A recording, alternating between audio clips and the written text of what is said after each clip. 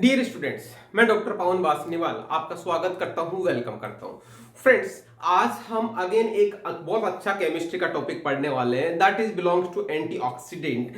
वैसे मैंने क्लासिफिकेशन और इसके बहुत सारे कंपाउंड्स एज ए ड्रग हम जो यूज करते हैं और pharmaceutical art as well as antioxidant मैंने बहुत सारे अपलोड कर चुका हूं। यदि आपने वो वीडियोस नहीं देखे हैं तो आप वो वीडियोस जरूर देखिएगा।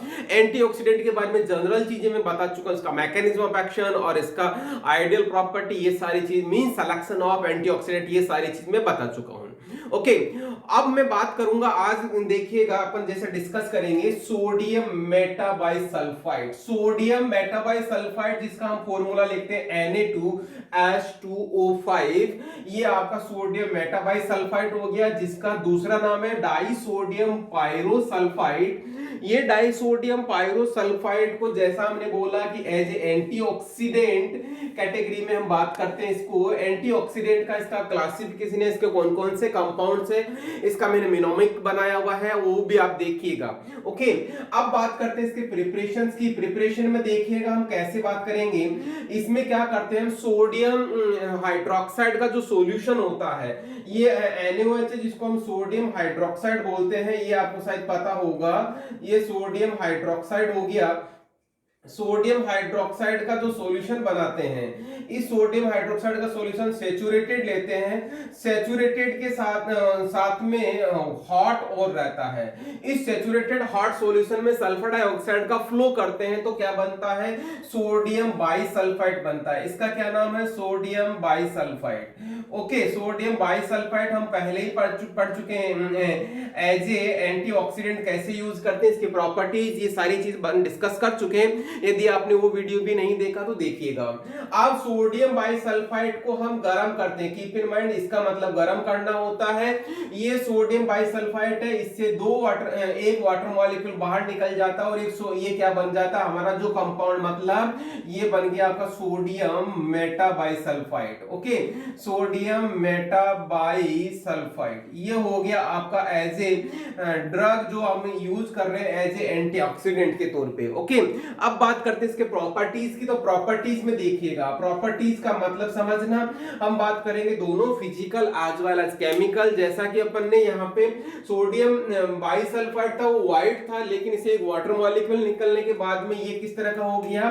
पहला पॉइंट इसका व्हाइट येलोइश क्रिस्टलाइन पाउडर होता है। और आपको शायद पता था कि ऑर्डर इसका जो सल्फर डाइऑक्साइड की ऑर्डर रहती है, जो मतलब सोडियम बाइसल्फाइड में भी होती है। इस सल्फर डाइऑक्साइड की वजह से ही इसका नेचर कैसा होता है, एसिडिक नेचर होता है। ओके, एसिडिक नेचर है और ये सॉल्युबल रहता है, soluble in water and glycerol. At the same time ये कैसे तरह से काम करता है, पावरफुल रिड्यूसिंग एजेंट की तरह काम करता है। इसीलिए क्या होता है, ये हवा में भी यदि इसको खुला छोड़ देंगे तो ये रिड्यूस कर देगा और खुद ऑक्सीडाइज हो जाएगा। इसका मतलब क्या हुआ, presence of air oxidise to sulphate. Clear है। इसीलिए इसको हम क्या करते हैं, जब भी हम स्टोर करते हैं तो क्या करते हैं, store in air tight container. हम उसको बिल्कुल एयर टाइट कंटेनर होगा उसी में स्टोर करेंगे, क्योंकि ये खुद क्या हो जाएगा, ऑक्सीडाइज हो जाएगा, जो भी एयर होगी उसको रिड्यूस कर देगा। क्लियर है, ये बात हो गई। अब बात करते हैं, जैसा मैंने बताया यहाँ पे सॉल्युबल इन वाटर, तो वाटर में जैसे सॉल्युबल होगा तो क्या होगा, ये हमारा जो कंपाउंड है वाटर में जैसे ही सॉल्युबल होता है ये बना देता है सोडियम बाइसल्फाइड बना देता है। ओके, ये मतलब अब जो भी रिएक्शन होगी वो वाटर का सॉल्यूशन, बट ऑब्वियस हम कोई रिएक्शन करवाएंगे तो सॉल्यूशन वाटर में ही बनाएंगे और उसकी रिएक्शन करवाएंगे, तो जो भी रिएक्शन होती है वो सोडियम बाइसल्फाइड की वजह से होती है, ना कि सोडियम मेटाबाइसल्फाइड। क्यों, रीजन क्या है, क्योंकि वाटर में जैसे ही डिसॉल्व होता है वो सोडियम बाइसल्फाइड बन जाता है।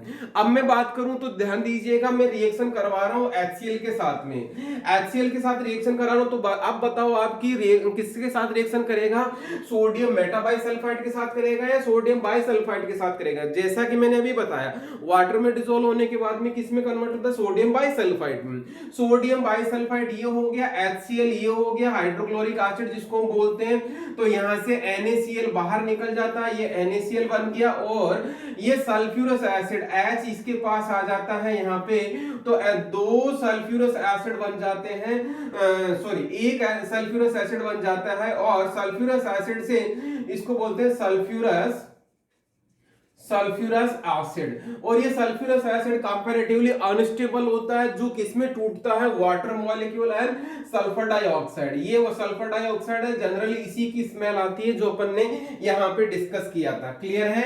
अब बात करते हैं इसके यूजेज की। यूजेज में जैसा अपन ने डिस्कस किया है कौन सी कैटेगरी में, as a antioxidant as well as reducing agent के तौर पे हम इसको यूज करते हैं। तो देखिएगा किसमें की यूज करते हैं, फॉर दोज कंपाउंड। कौन से कंपाउंड, ऐसे कंपाउंड में जनरली यूज करते हैं जो ऑक्सीडाइज्ड ओके कलर्ड कंपाउंड बनाते हैं, ऐसे कंपाउंड्स में इसको यूज करते हैं और जनरली 0.1% यूज करते हैं। और रेंज की बात करें तो 0.01 to 1% सॉल्यूशन में कंसंट्रेशन में यूज करते हैं। ओके, अब बात करते हैं और दूसरा as a antioxidant for acidic preparation के लिए यूज किया जाता है।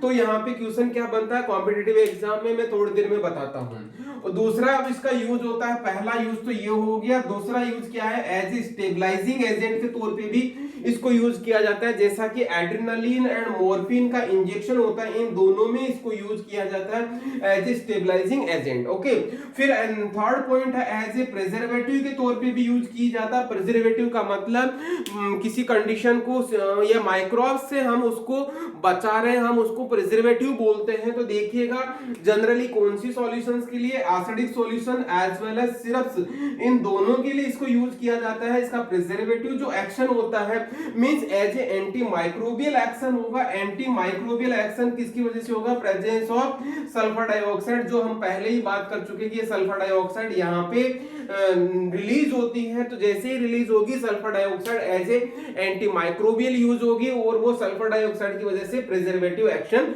आएगा ही आएगा।